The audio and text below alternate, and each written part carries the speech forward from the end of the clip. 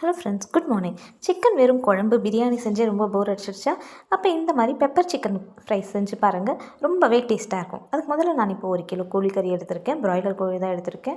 அதுக்கப்புறமா ஒரு இடிக்கல்லில் கொஞ்சமாக மிளகு, அப்புறமா கொஞ்சமாக சீரகம், அப்புறமா கொஞ்சமாக சோம்பு எல்லாத்தையும் சேர்த்து கொஞ்சம் கோர்ஸாக நல்லா இடித்து இந்த மாதிரி எடுத்துக்கோங்க. அப்புறம் ஒரு கடாயில் கொஞ்சமாக எண்ணெய் விட்டு ஒரு 2 பட்டை, கிராம்பு, அப்புறம் ஏலக்காய், பிரியாணி இலை, அப்புறமா கொஞ்சமாக ஒரு 3 மிளகாய் கிள்ளி போட்டு சேர்த்துக்கோங்க. எல்லாத்தையும் சேர்த்து பொரிஞ்ச பிறகு ஒரு 2 வெட்டி வச்சிருக்க வெங்காயத்தை இந்த மாதிரி பொடியாக நறுக்கி இதெல்லாம் சேர்த்து நல்லா வதக்கிக்கோங்க. வெங்காயம் நல்லா கண்ணாடி மாதிரியான பிறகு அதில் கொஞ்சமாக உப்பு சேர்த்துக்கிட்டு அப்புறம் 1 ஸ்பூன் அளவுக்கு இஞ்சி பூண்டு பேஸ்ட் ஆட் பண்ணிக்கோங்க. எல்லாமே பச்சை வாசனை போன பிறகு இடித்து வச்சுருக்க மசாலா இதில் சேர்த்து வதக்கிட்டு வெட்டி வச்சுருக்க கோழிக்கறியை இதில் சேர்த்து எல்லாமே நல்லா கலந்து கோழிக்கறி சீக்கிரமாக வேகிறதுக்காக ஒரு 1/2 கப் மட்டும் தண்ணி ஊற்றி கொஞ்சம் நேரம் வேக விட்டு எடுத்துடுங்க. தட்டு போட்டு நல்லா மூடி வேக விட்டு எடுத்துருங்க. அப்புறமா கோழி நல்லா ஒரு 10-15 நிமிஷம் வெந்த பிறகு உப்பு செக் பண்ணிவிட்டு அதுக்கப்புறமா அதில் கொஞ்சமாக கறிவேப்பிலை, கொத்தமல்லி போட்டு இறக்குனீங்கன்னா ரொம்பவே டேஸ்டியான பெப்பர் சிக்கன் ஃப்ரை ரொம்ப